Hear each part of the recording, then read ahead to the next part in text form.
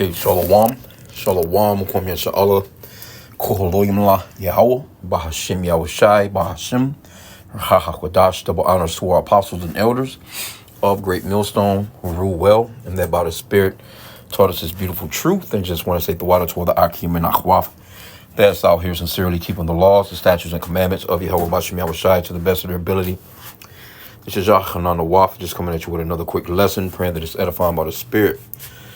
And I like to go off into Chat GPT, and ask questions to see what results they'll throw out there. Because generally, it still favors the so-called white man. But, certain questions they'll kind of dib into where you can get a decent answer. And I asked, is it safe to say white people run the world? Which we know that they're not white. They're actually pinkish to reddish in color, and they're Edomites. That's their biblical nationalities, right? And you so-called blacks, Hispanics, and Native Americans, you come from the Abraham, Isaac, and Jacob, which Jacob's name was changed to Israel or Yasha'Allah in the Hebrew tongue. He had 12 sons, and you come from one of those 12 sons, right? And there's no such thing as white people or black people. Those are social constructs. There are different shades of red people and different shades of brown people. That's it. That's all that's on the planet. But they've come up with this social construct that, you can be white, black. They even call some people yellow. It's weird as hell. But anyway, when I asked this question, is it safe to say white people run the world? It says that's a big and complex question. And the answer depends on a lot on context. Economics, politics, culture, history all play roles. In terms of global power structures, many of the most influential countries, like the U.S., much of Western Europe, etc., have historically been led by white majority populations. This has led to a significant influence over global institutions like the UN, the IMF, World Bank, and multinational corporations. Well, that means that they run the fucking globe. Right? So it's basically telling you that they're the ones that actually really run things. But, of course, they're going to throw this little mix in here, right? So check this out. It says, however, it's not the full picture today. Countries like China, India, and Brazil hold significant global influence too. Well, yeah, they do, but not like how the so-called white man does. And power is increasingly more multipolar than it was even a few decades ago. That's because Esau has fallen off. And the scripture talks about how, let me see if I can find it real quick. We can go in, I'll come right back into this. I'll rule them with a rod. Yeah, I was just looking at that video. It's not going to be a long lesson, though. See, these other countries been working on leveling the playing field with Esau, Edom, the so-called white man. They just been kind of kicked back, chilling, making their money, putting a lot of their money into their military infrastructure and stuff like that. And America kind of been lax and chilling, So Isaiah 14:10, it says, all they shall speak and say unto thee, art thou also become weak as we? Art thou become like unto us? See, and this is with these countries, that's the reason why these countries be taunting America now. That's the reason why they don't have no respect for America now. Like, with these tariff wars that's going on, that's the reason why China was like, man, fuck y'all. We'll war it out. We'll walk it out. But you seen how Trump was looking? Stupid as hell. Because he really felt like he was going to push those people into caving and bowing to him. But now he's looking doofy as fuck. Now he done went back on everything that he said. Oh, well, we're gonna call this off for about 90 days, but we're gonna keep it on China. Weak as hell, bro. Back in the days, they wouldn't have been able to do that. China would have just folded, caved on in, went ahead and went for that shit, and life would have been going on as usual. Okay, but it says, let me start that part back again. It says, however, it's not the full picture today. Countries like China, India, and Brazil hold significant global influence too. And you have to realize too, China and India, man, they in the billions of people, man. They got a lot of fucking people. It says, and power is increasingly more multipolar than it was even a few decades ago. Also, power isn't just about race. Well, yes, the fuck it is. It's tied up in systems like capitalism, colonial legacies, class, access to education, and more. Well, who got the best of those systems? Who's running the most capitalistic places? Who's into colonizing people? Class. Who's playing this class race at the top? You know what I'm saying? Especially when it comes to those, the elite, the Rothschilds and shit like that, sitting on trillions. access to education. Who gets the best education? Shit, India, China, and Brazil. They send their children here to get educations and shit like that from places like Harvard and Duke and wherever the fuck these top universities and shit. People not really going to China or India like, I'm just gonna, travel there and they got the best.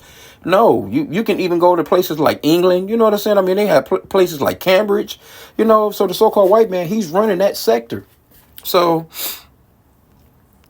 let's get the rest of it. It says, so while it's not inaccurate to say white majority countries have had and still hold a lot of global power, it's also important to see the nuance and change in that landscape. See? So they're basically saying, it says, so while it is not inaccurate to say, of course it's not inaccurate to say white people are running this shit because it's accurate. So let me just get one more, man. Like I said again, this one gonna be a long lesson, but chat, man, the chat GPT, they be trying to get around some shit, man. It's almost like you arguing with a slickster. What is that? Job 9:24. So it's safe to say that they run in the world. Job 9:24, the earth is given into the hand of the wicked. He covered the faces of the judges thereof. If not, where who is he? See, that's what I plainly asked overall, like, hey, is it safe to say that so-called white people are running the world? They was like, well, it's not inaccurate. Of course, because they're running the world, we know that they are the wicked. So we put the pieces to the puzzle together, and we can see who the Israelites are, because I asked the second question. Are African Americans a part of the global power structure? Because remember, they mentioned up here in terms of global power structure, many of the most influential countries like the U.S., much of Western Europe, etc., have historically been led by white majority populations. So I asked them, okay, so what about the so-called African Americans in this global power structure? Let's check out what they say. It says that's really a thoughtful question. African Americans as a demographic group within the United States, a global influential country, do have some presence in the global power structure, but their influence is often more cultural than institutional. That means that you niggas can't do nothing but dunk a basketball, throw a football, sing, dance, and twerk. You got some little acting careers and shit like that, but they're telling you straight up, you not running nothing. It says political power. Here's a breakdown. Political power. African Americans have made significant strides in U.S. politics. They're giving you Barack Obama, which he's a damn Hamite. He's not an so-called African American. That's a damn African, a bone through the nose, spear chunking ass African, and we are not the same people. As a matter of fact, let me see something here. Let me just put in. Let me grab a tab. You gotta prove this sometimes. Let's just put in Ham. Zondervan Bible Dictionary. We're different people, man. But we have to prove this. Scripture says, prove all things. Ham, the youngest son of Noah, born probably about 96 years before the flood, and one of 8 persons to live through the flood. He became the progenitors of the dark races, not the Negroes, but the Egyptians, Ethiopians, Libyans, and Canaanites. And Barack Obama is a damn Hamite. And we're not the same people. Everyone with melanin are not the same people, man. I should have asked Chat GPT that shit too. But everyone that has darker skin is not the same people, man. That's common sense.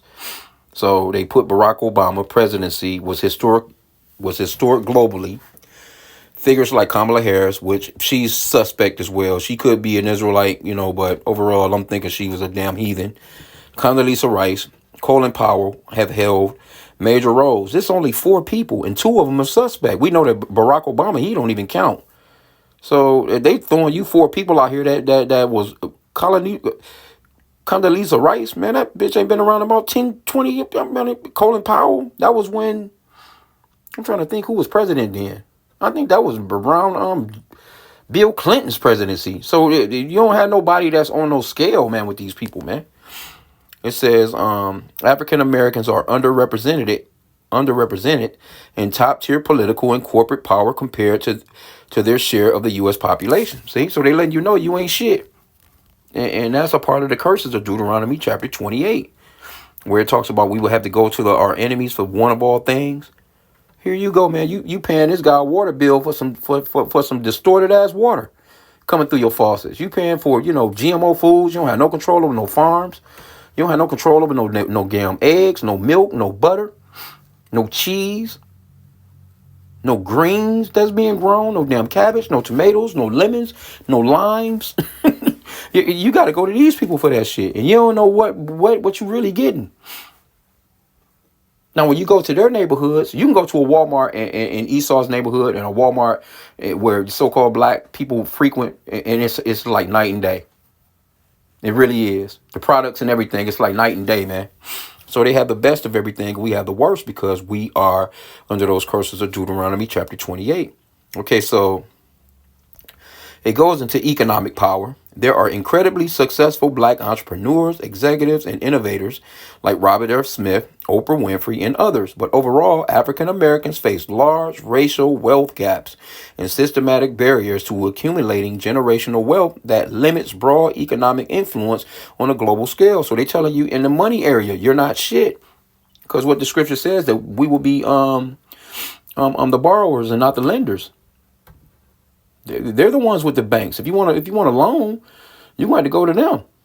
Hell, you want to. That's why that scripture talks about one of all things.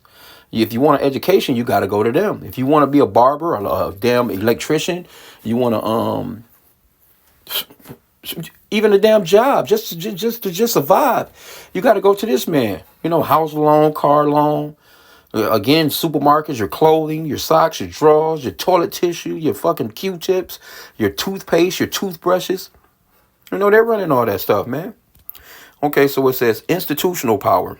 When it comes to running global institutions, governments, financial systems, multinational corporations, African Americans aren't yet major players in large numbers.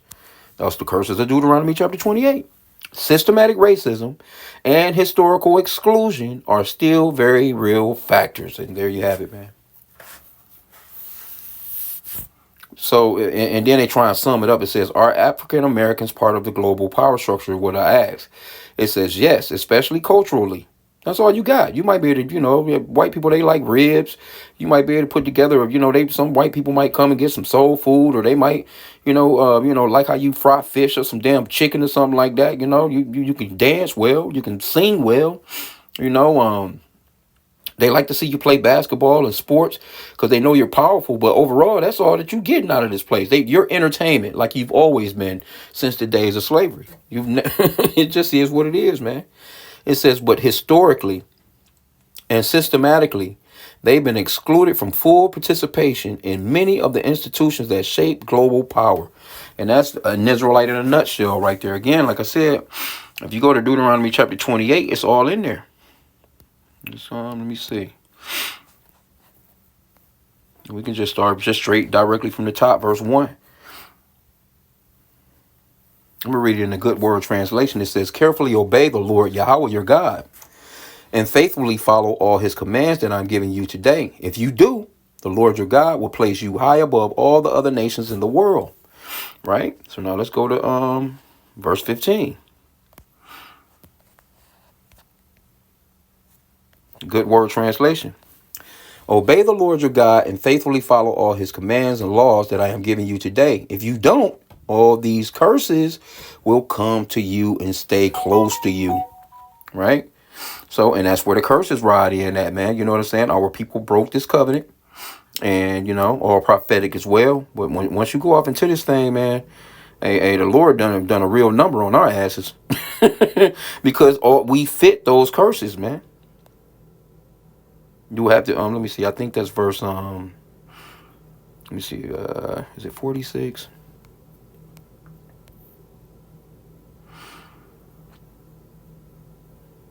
Let me go back one.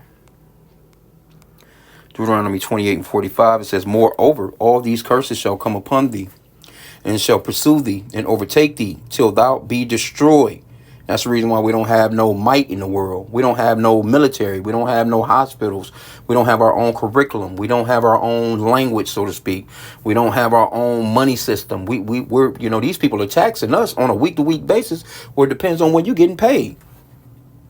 They taxing your money to send to other so-called white people's countries to help them out. If you were free, that's a curse. That's a curse, bro. When someone is able to tax the money that they telling you you're free, right? But they able to tax the money that you go and work for weekly, every 2 weeks, whenever you get paid. They tax the money before you get to see it, and then send your money to organizations and places that you would never even agree with. You don't even know where the fucking money going, but they sending money to places like Israel. They sending money to places like, Ukraine, and probably one of the best things Trump done is some of them damn cuts to them so-called white people's nations. But they're not gonna stop those cuts to Israel. But that's those are your money going towards LGBTQ shit. Which I'm thinking, Trump, he done cut into a lot of that too. But, the thing of it is they're taxing you. It don't make no difference where the fucking money going. Because if you're so free, your money should be staying in your pockets. You can do more in your home.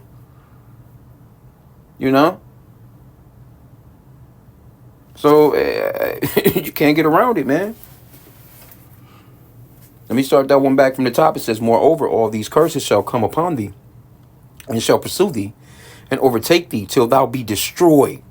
Because thou hearkenest not unto the voice of the Lord thy God, to keep his commandments and his statutes which he commanded thee. Verse 46, Deuteronomy 28 and 46. And they shall be upon thee for a sign and for a wonder, and upon thy seed forever. So these curses are upon us as a sign and a wonder. That's how you know who we are, because we're the only ones that's going through that. All these other countries, South Korea, North Korea, China, they all kind of the same people. But I'm talking about just in general. You have all these nationalities of people that have their own countries, their own land masses, their own economies, their own, militaries and governments going on. But guess who don't? The so-called blacks, Hispanics, and Native Americans, man, that's been scattered throughout the four corners of the earth. Now, I just put in African American, you know what I'm saying? Because, supposedly, scriptural wise, we are the tribe of Judah. You know what I'm saying? So we're the top tribe. So if you keep the top tribe down, then you can keep the rest of them down. But I just wanted to just do this to just show that this is a clear indicator that it's night and day between the so-called whites and blacks. You're dealing with Esau and Jacob. Now, when you go into Deuteronomy chapter 25, the fight was already popping from way back then. Let's go to Genesis 25. Let me see if that's 23. I need to, let me see. Yeah, let me start at verse 23. Genesis 25 and 23. Because the so-called white man is Esau. The so-called blacks, Hispanics, and Native Americans is Jacob. When Rebecca had the twins, they was already fighting in her womb. I got to go back one. Let me go to verse 22. Or verse 21. Salakia. Genesis 25 and 21. And Isaac entreated the Lord Yahweh for his wife, because she was barren. And the Lord Yahweh was entreated of him. And Rebekah, his wife, conceived. So she got pregnant. And the children struggled together within her. And she said, if it be so, why am I thus? And she went to inquire of the Lord, because they were scrapping in the belly. They fighting in the belly. And the Lord said unto her, 2 nations are in thy womb, and 2 manner of people shall be separated from thy bowels. And the one people shall be stronger than the other people, and the elder shall serve the younger. See, so when that GPT was talking about culturally, culturally, we're stronger than them. Spiritually, we're stronger than them. We're actually stronger than them, mentally. Just in general, we're stronger than them. You know what I'm saying? But our only talents that's really being shown is our physical talents. That's all that they want from us. That's why when you look at a movie like Get Out, they wanted the body of the so-called black man. You know what I'm saying? And considered themselves to be able to use them being the brain of that body. Like, look at that guy. If I just only had a body like that with my brains. That's how proud Esau is. That was the basis of that movie. But we're stronger than Esau. But see, eventually what's about to happen is we're about to go into our phase. We're about to go into our kingdom, and they're going to be underneath us. See, all this shit that they doing right now, their little military and, them running the world, them being in charge of everything and taxing the shit out of us. Look, that's going to be over with, and we're going to reverse and do the same thing to them, except on a larger scale, because they're going to have to pay double for what they've done. And this is 2nd Esdras, chapter 6, verse 9. It says, for Esau is the end of the world, and Jacob is the beginning of it that followeth. So this man's world is caving right now. But guess what? The Lord going to allow him to get down one more time on us, man. And Jacob is a worm, man. You know, we're like a worm that's just out in the rain. Defenseless, you know, just slowly moving along. You know what I'm saying? Anything can come down, burn down, bird, swoop down, snatch your ass up, bro. We're defenseless, man, without our Lord. The only protection we have is Yahweh Bashim Yahushai. We don't have no military to fight these people back. You know? If they wanted to just drone over our city, over these major cities that we live in, they can just send a drone over these shits, man, and knock our asses off block to block. You know, Esau don't have no problems bombing shit. That man can easily drop a bomb and let our asses have it, man. But it's only by the spirit and power of Yahweh Bashim Yahushai that he hasn't done it. Because if it was up to him, he would do it. We'd have been done in this place, man. Right? So I just, you know, just something that I found to be interesting when I asked GPT this, man. So it's showing you who's in charge and who's not. Again, I asked, is it safe to say white people run the world? And they basically said that it was. You know, I'm trying to get around it, though. You know, they they threw China, India, and Brazil. They got some influence, too. But, so while it is not inaccurate to say white majority countries have had and still hold a lot of global power, it is also important to see the nuance and change in that landscape. Well, yeah, so there's some nuance and change in that landscape, because these other countries, they're like, man, fuck that. You know, we're tired of you. We're tired of you Edomites. But none of those countries are gonna rule in this next kingdom, man. The next kingdom is ours.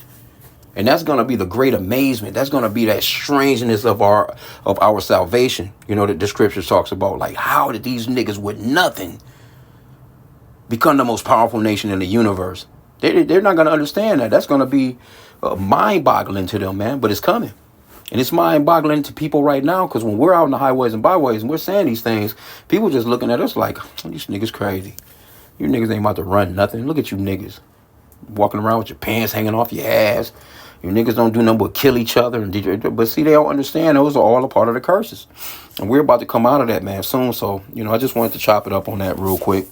Pray that the lesson was edifying. With that, Kwam Yashala and Abai Babal.